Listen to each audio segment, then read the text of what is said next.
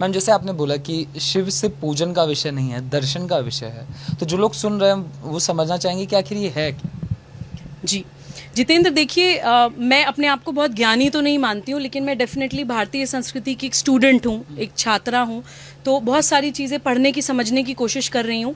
जब शिव के बारे में मैंने जानने की कोशिश करी तो पहली चीज़ तो मुझे ये पता चली कि शिव और शंकर अलग अलग हैं। हम लोग अक्सर समझते हैं कि शिव कोई व्यक्ति हैं। शिव जो है वो कॉन्शियसनेस की जो बिल्कुल परम अवस्था होती है, चेतना की जो अवस्थाएं होती हैं, जागृत, निंद्रा और स्वप्न, उससे भी इन तीनों अवस्थाओं से ऊपर जो स्टेज होती है चेतना की, समाधि, तभी उनको जो है कहते हैं कि त्रिनेत्र खुलना, कि वो जब आप बिल्कुल हर चीज़ को एक अहम ब्रह्मास्मि वाली दृष्टि से देखते हैं। जब मुझे दिखता है कि जितेंद्र के अंदर भी मैं ही हूँ, हम उन तत्वों से बने हैं, क्षिति, जल, पावक, गगन, समीरा, उन 5 एलिमेंट से हम बने हैं, उन्हीं 5 एलिमेंट से पूरा विश्व बना है। जब हम हर व्यक्ति के अंदर भगवान देखने लगते हैं, हर जीव के अंदर भगवान देखने लगते हैं, उस समाधि की, उस चेतना की एक्सट्रीम स्टेज को जब हम पहुंच जाते हैं, उसको कहा जाता है शिवत्व का प्राप्त होना। तभी मैं कहती हूँ कि शिव केवल पूजन का विषय नहीं है।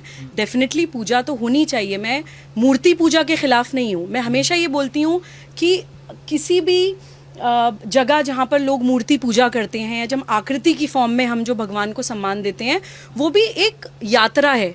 वो आकार से निराकार पे पहुँचने की एक यात्रा है। जैसे मेरा बच्चा छोटा है तो मैं उसको पहले बताती हूँ ए फॉर एप्पल, उसको दिखाती हूँ एप्पल लाल रंग का है, उसका ये शेप है, साइज है, फॉर्म है। जब वो समझ जाता है तब उसको बताती हूँ ए फॉर एरोप्लेन भी होता है, ए फॉर एंट भी होता है, ए फॉर एलिगेटर भी होता है। तो वो बड़ा ज्ञान प्राप्त करने से पहले जो स्टेजेस होती हैं, उन स्टेजेस के लिए मूर्ति पूजा मैं महत्वपूर्ण मानती हूँ। तो मुझे लगता है कि शिव केवल पूजन का विषय नहीं है, शिव दर्शन का विषय है। कुछ चीज़ें मैं और आपके चैनल के माध्यम से बताना चाहती हूँ कि जो क्वालिटीज़, जो एट्रीब्यूट्स शिवत्व के अंदर होने चाहिए, या शिव से जो हमें सीखने की ज़रूरत है।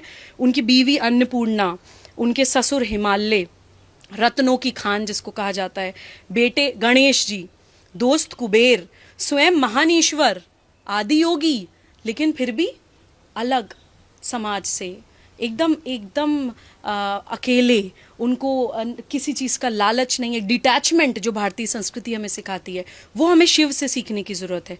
उनको वैद्यनाथ भी कहा जाता है, यानी कि चिकित्सा के गुरु।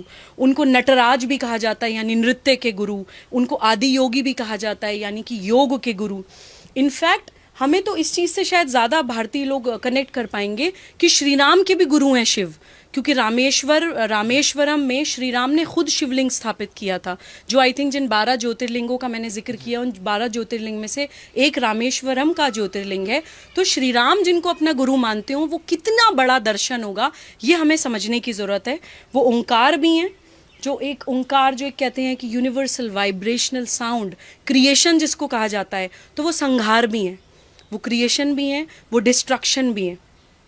उनके जो गण कहा जाता है, जो आसपास के लोग हैं, वो भूत, प्रेत, पिशाच, यानी समाज से जो त्याज्य लोग हैं, जिनको कोई अपने आसपास भी नहीं रखना चाहता है, उनको वो अपने साथ लेके चल रहे हैं। तो ये भी भारतीय संस्कृति का एक दर्शन है कि हमारी संस्कृति में किसी को त्याज्य, या किसी को अवर्ण, या तुम छोटी जाति के हो, तुम पास मत बैठो, तुम्हें छुआ नहीं जाएगा, ये भारतीय संस्कृति का दर्शन नहीं है। तो ये भी हमें शिवत्व सिखाता है।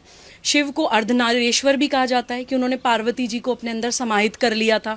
तो वो जो मेल फीमेल एनर्जी से पूरा यूनिवर्स बना है, जिसको यिन यांग भी कहते हैं बहुत से कल्चर्स में, या बहुत अलग अलग शब्द उनको दिए गए हैं, वो अर्धनारेश्वर का भी प्रिंसिपल हमें शिव सिखाते हैं।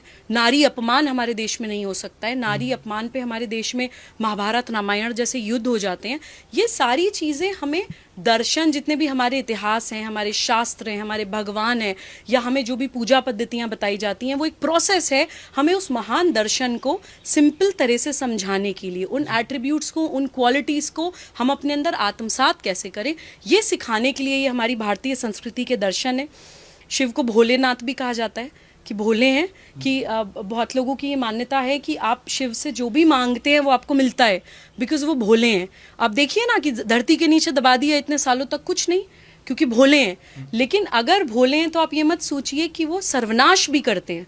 भोले हैं, एक हद तक भोले हैं, एक लिमिट तक, एक सीमा तक भोले हैं। नीलकंठ हैं, समुद्र मंथन से जो जहर निकला था वो उनके अपने अब गर्दन के अंदर है। नीलकंठ हैं, लेकिन तांडव भी करते हैं। तो उस दर्शन को प्लीज समझिए, महाभारत के लेसन को समझिए, इस्लामिक प्रिंसिपल्स को समझिए, और भारतीय दर्शन को समझते हुए संप्रदाय से ऊपर उठकर प्लीज अध्यात्म को समझते हुए समस्या का समाधान मिलकर ढूंढिए। ये राजनीति का विषय नहीं है जितेंद्र, मैं ये बार बार दोहराना चाहती हूँ कि किसी व्यक्ति, किसी संगठन, किसी पार्टी की जिम्मेदारी नहीं है जो हम सोचते हैं कि कोई राजनीति ही हमें इन समस्याओं से बाहर निकाल लेगी। भारत में समाज सत्ता राज सत्ता से बड़ी चीज़ है।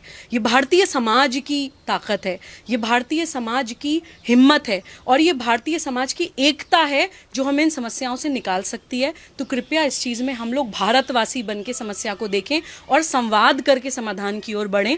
इसी आशा और इसी विश्वास के साथ मैं अपनी इस बाइट को समाप्त करना चाहूँगी।